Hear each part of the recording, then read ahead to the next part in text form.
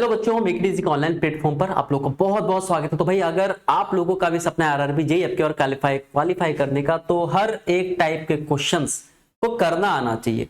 सारे के सारे पीवाई के जो क्वेश्चन है आपकी बार भी बहुत ज्यादा इंपॉर्टेंट है, क्योंकि ये टाइप का जो क्वेश्चन था ना हर एक शिफ्ट में एक बार आया था।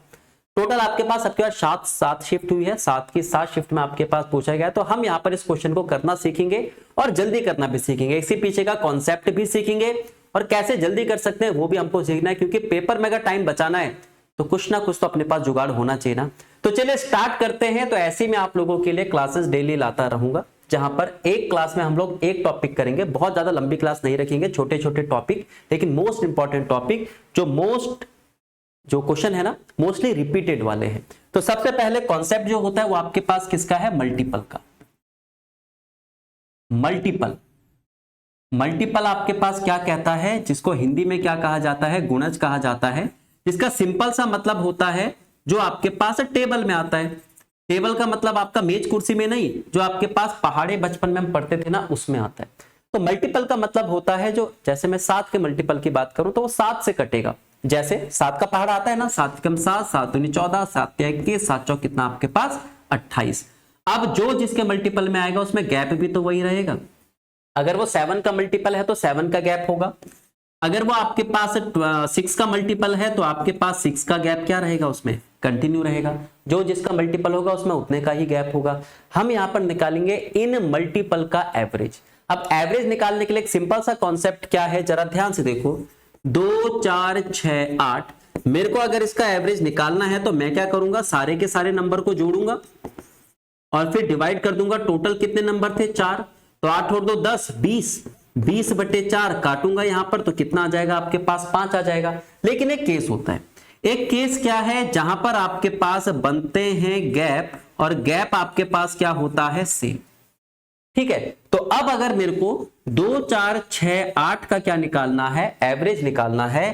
तो इस केस में ये मेरी फर्स्ट टर्म है और ये मेरी लास्ट टर्म है। मैं क्या करूंगा? 2 यानी first term plus last term divided by कितना कर दूंगा? 2, क्योंकि मैंने 2 ही टर्म लिए।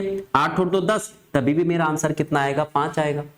तभी भी मेरा आंसर क्या आएगा? 5 आएगा। यानी इसका मतलब ये है, अगर किसी तरीके से मेरे को पता चले कि गैप सारा का सारा सेम है, तो मेरे को सिर्फ और सिर्फ फर्स्ट नंबर चाहिए और सिर्फ क्या चाहिए? मेरे को लास्ट नंबर चाहिए। और तब मैं फर्स्ट और लास्ट को जोड़कर 2 से डिवाइड करूंगा, मेरा आंसर आ जाएगा।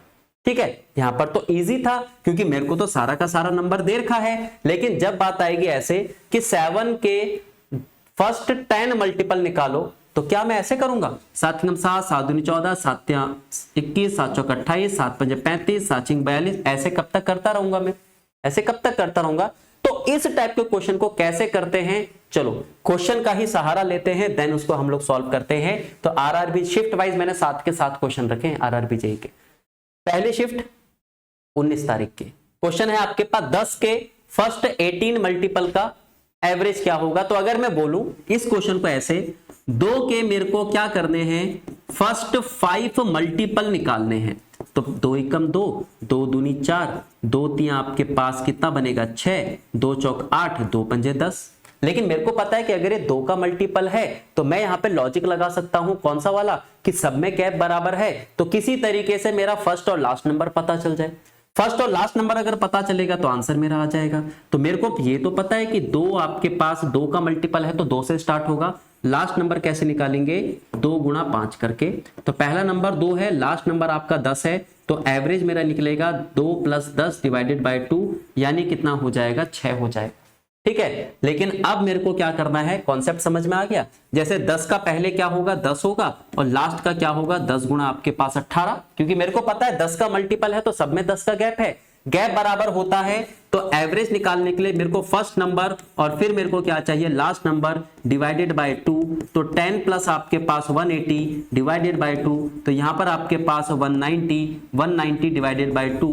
तो इसका मतलब आंसर आपका क्या आएगा? 95 आएगा। लेकिन अब हम इस क्वेश्चन को करना सीख चुके हैं, तो अब बारी आती है इस क्वेश्चन को जल्दी करने की। तो इसके लिए फॉर्मूला आपके पास है n ब्रैकेट में m+1 डिवाइडेड बाय 2, जहां पर n का मतलब क्या होगा? आपके पास गिवन नंबर, और m का मतलब होगा आपके पास नंबर ऑफ मल्टीपल। ठीक है, तो n बराबर अगर ध्यान से देखेंगे कौन सा नंबर दे रखा है मेरे को 10, और m बराबर आपके पास नंबर ऑफ मल्टीपल कितने हैं 18। तो मैं कैसे सॉल्व करूंगा, 10 ब्रैकेट में m की वैल्यू 18 प्लस 1 डिवाइडेड बाई 2, तो ये होगा 10 गुणा 19 डिवाइडेड बाई 2, यानी कितना 95। है ना कितना इजी। अब सारे के सारे क्वेश्चन हम लोग ऐसे ही करेंगे। मेरे को 9 के पहले क्या पता करना है, 18 मल्टीपल, तो 9 गुणा कितना आपके पास 19/2। देखो कितना सिंपल हो गया, है कि नहीं है। फॉर्मूला वही तो लगा हमारा, n और m+1 डिवाइडेड बाई 2, यानी पहले नंबर लिखो फिर नंबर ऑफ मल्टीपल को 1 प्लस करके लिख दो। मैंने 9 को 9 लिखा, फिर मैंने 19 को क्या लिख दिया, 18 प्लस 1 को मैंने डायरेक्ट 19 लिख दिया। अब कैलकुलेट करो, 19 में आपके पास कितना होगा 171 डिवाइडेड बाई 2, तो 85 पॉइंट कितना आपके पास 5 हो जाएगा।